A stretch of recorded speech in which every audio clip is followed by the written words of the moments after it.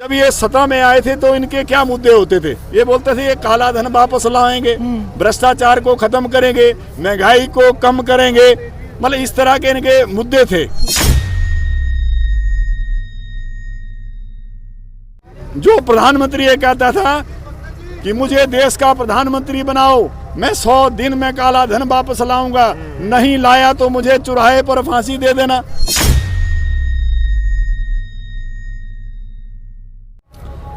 ये अर्थव्यवस्था का इसको ज्ञान नहीं है। जी जी बिल्कुल। ना इतिहास का पता है, ना समाज का पता है, बस इनमें तो बस ये धर्म की फेम चटाते हैं।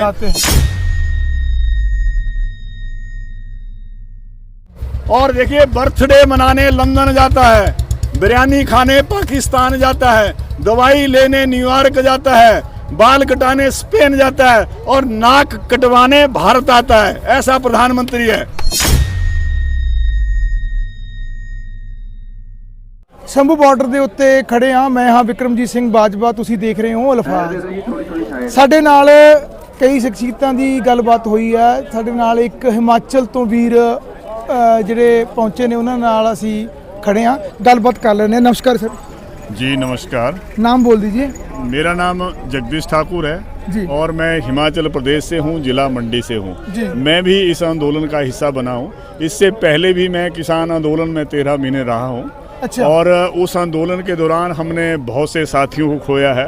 700 से 800 किसानों की शहादत हो गई थी और 60,000 लोगों के ऊपर FIR दर्ज हुई थी और बहुत से लोग हमारे जेल भी गए थे, लाठियां खाई थी और बड़ी प्रताड़ना झेली थी उस दौरान। और सरकार ने किसानों के लिए काला कानून लेके आए थे, जो है उसके लिए सरकार ने 13 महीने लगा दिए और दुनिया का सबसे बड़ा लंबा आंदोलन चला किसानों का। हालांकि सरकार ने उस आंदोलन को तोड़ने के लिए उस दौरान भी कई साजिशें रची। किसानों को आतंकवादी कहा, खालिस्तानी कहा, माओवादी कहा, टुकड़े टुकड़े गैंग कहा। यहाँ तक जी जो हमारे प्रधानमंत्री हैं इस देश के, उसने भी किसानों को जीबी और परजीवी की संज्ञा दी जी। लेकिन मैं सलूट करना चाहता हूँ पंजाब के लोगों को, हरियाणा के लोगों को, जिसने एक बड़ी मजबूती के साथ इस आंदोलन को लेके गए और पूरा हिंदुस्तान के जितने भी किसान थे, जितनी भी स्टेटें थी, सबको जोड़ के रखा। और आखिर में सरकार को झुकना पड़ा, किसानों से माफ़ी मांगना पड़ी प्रधानमंत्री को, और उसने माना और जो 3 काले कानून थे उनको वापस लिया। और जो किसानों की जितनी भी डिमांडें थी, चाहे MSP की थी, चाहे दूसरी बातें थी, सबको मानने के बाद जो है ये आंदोलन खत्म हुआ था। लेकिन सरकार ने किसानों के साथ धोखा किया। किसान पिछले 2 सालों से भी ज़्यादा समय हो गया इंतज़ार करता रहा कि सरकार जो है जो हम MSP के ऊपर कानून बनाएगी, जो हमारी डिमांड है उसका पूरा करेगी।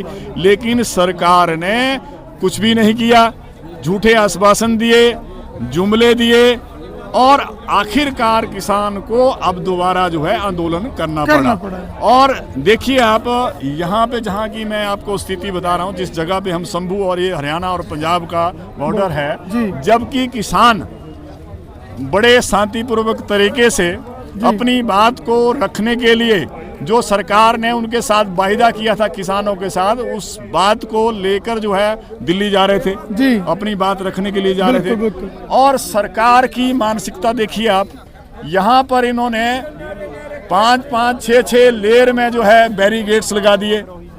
और बैरिकेड्स तो दूर की बात है, और किसानों को यार उसके बाद जो किया, किसानों के ऊपर जो है इन्होंने आंसू गैस के गोले छोड़े, गोलियां दागी, जिससे हमारे कई साथी जो है वो जख्मी हो गए, कईयों के आंखें चली गई, टांगें चली गई, बाजू जो है। और एक जो हमारे परसों जो है एक ज्ञानचंद जी हैं, वो शहीद हो गए। और आज भी हमारे बहुत से ऐसे नौजवान हैं, बहुत से ऐसे किसान हैं जो हॉस्पिटलों में एडमिट हैं, कोई PGI में है। तो मतलब जिस तरह ये सरकार का रवैया जो लग रहा है, तो ये तो किसानों के हितैषी नहीं है ये सरकार। और आज मतलब जैसी इनकी मानसिकता, अगर इनको अब मीटिंगें कर रहे हैं, 3 मीटिंगें हो गई, आज फिर मीटिंग है, लेकिन मुझे लगता नहीं है क्योंकि जिस तरह से व्यवहार हो रहा है किसानों के साथ, ये व्यवहार कर रहे हैं अभी भी, सारा इंटरनेट इन्होंने बंद कर दिया। जितने भी यूट्यूब चैनल से जो दिखा रहे थे किसानों की बात को दिखा रहे, उनको बंद कर दिया। मतलब जब जिस तरह की ये कार्रवाई कर रहे हैं तो उससे हमें नहीं लगता कि ये किसानों के लिए हितैषी है, किसानों के बारे में सोचना चाह रहे हैं। दूसरा, ये जब से ये सरकार आई है, आप देखिए 10 साल हो गए इस सरकार जी। किसान सड़कों में है, जवान सड़कों में है, मजदूर सड़कों में है, व्यापारी सड़कों में है, वकील सड़कों में है, यहाँ तक जो है जो सुप्रीम कोर्ट के जो जज हैं वो भी जनता से न्याय मांग रहे हैं कि हमारे साथ भी न्याय नहीं हो रहा है। ट्रक यूनियन ड्राइवर, बिल्कुल ड्राइवर देखिए आप कितना एजिटेशन हुआ, मतलब इसने किसी भी वर्ग को नहीं छोड़ा। ये तो किसान ही था जिसने 13 महीने संघर्ष किया और इसको झुकना पड़ा। बाकी तो जितने लोगों ने संघर्ष किया, आज देखो ईवीएम के लिए भी वहां बैठे हुए लोग, मतलब पूरे देश में इसने सभी लोगों को सड़क पे ला दिया।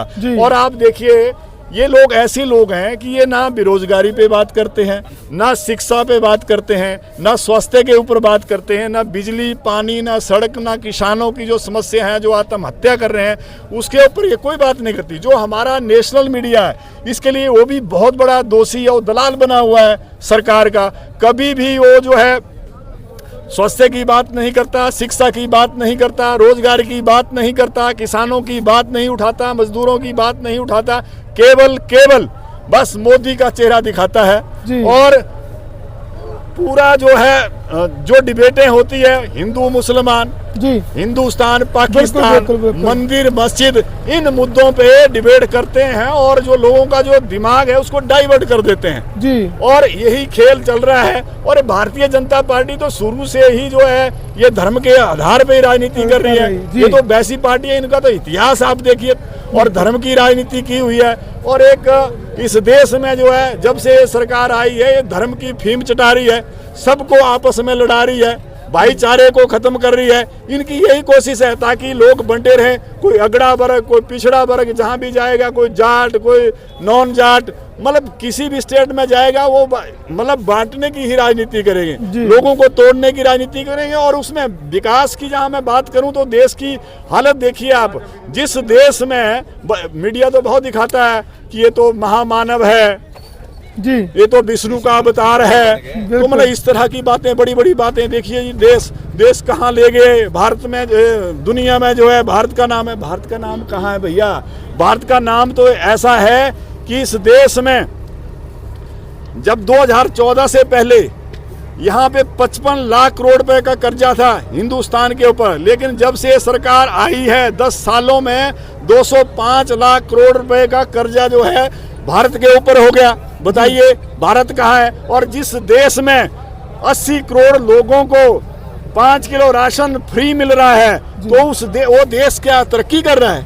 उसमें तो भुखमरी है। जिस देश में आप 80 करोड़ लोगों को राशन फ्री में दे रहे हो तो देश क्या तरक्की कर रहा है? आज हमारा जो युवा है, चाहे मैं पंजाब की बात करूं, हरियाणा की बात करूं, बाकी राज्यों की, जो पढ़े लिखे युवा हैं जो जिन्होंने कई लाख रुपए खर्च करके डिग्रियां ली है और पढ़ाई की हुई है, आज वे ना उनको रोजगार मिल रहा है और वो विदेशों में जा रहे हैं सभी जो रोजगार पाने के लिए। तो बताइए क्या स्थिति है? इन्होंने तो रोजगार को खत्म कर दिया। जो प्रधानमंत्री ये कहता था जब ये सत्ता में आए थे तो इनके क्या मुद्दे होते थे? ये बोलते थे ये काला धन वापस लाएंगे, भ्रष्टाचार को खत्म करेंगे, महंगाई को कम करेंगे, मतलब इस तरह के इनके मुद्दे थे।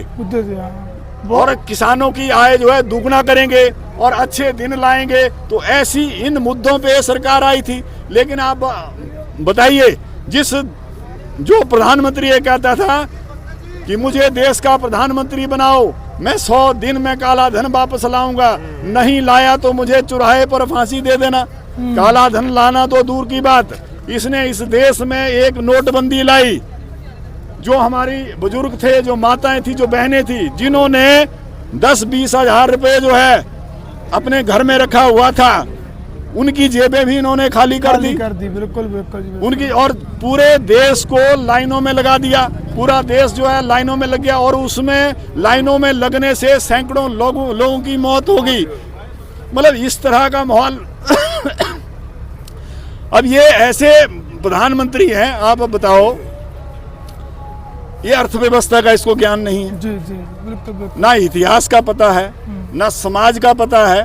बस इनमें तो बस ये धर्म की फीम चटाते हैं। और इतना बड़ा बहरूपिया है, इतना बड़ा बहरूपिया है, गिरगट की तरह रंग बदलता है। और देखिए बर्थडे मनाने लंदन जाता है, बिरयानी खाने पाकिस्तान जाता है, दवाई लेने न्यूयॉर्क जाता है, बाल कटाने स्पेन जाता है और नाक कटवाने भारत आता है। ऐसा प्रधानमंत्री है।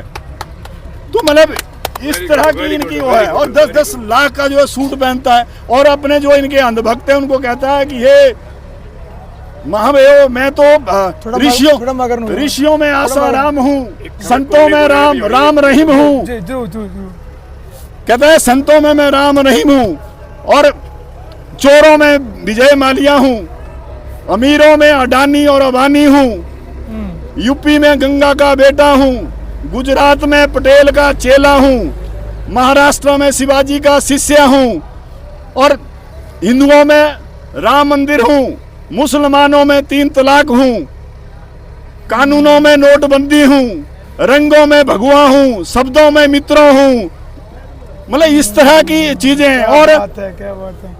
और वक्तों में स्मित पात्रा हूँ, न्यूज़ों में सुधीर चौधरी हूँ, एंकरों में, और न्यूज में जी न्यूज हूँ। हे माँ भाइयों मैं कहने को तो विकास हूँ लेकिन वास्तव में मैं ही पकौड़ा हूँ और इस पकौड़े ने पूरे देश का हजमा खराब कर रखा है। ठीक है बिल्कुल बिल्कुल। इतनी बुरी हालत कर रखी है इस देश में। भाई साहब हिमाचल से हैं, इन्होंने बहुत विस्तार पूर्वक सारी बातें बताई हैं। मोदी सरकार पर भी चोट की है और जो यहाँ पर शंभू बॉर्डर पर जो हालात है उसके बारे में भी विस्तार पूर्वक हम बात की है। आप देख रहे थे अल्फाज, मैं विक्रमजीत सिंह बाजवा, शंभू बॉर्डर।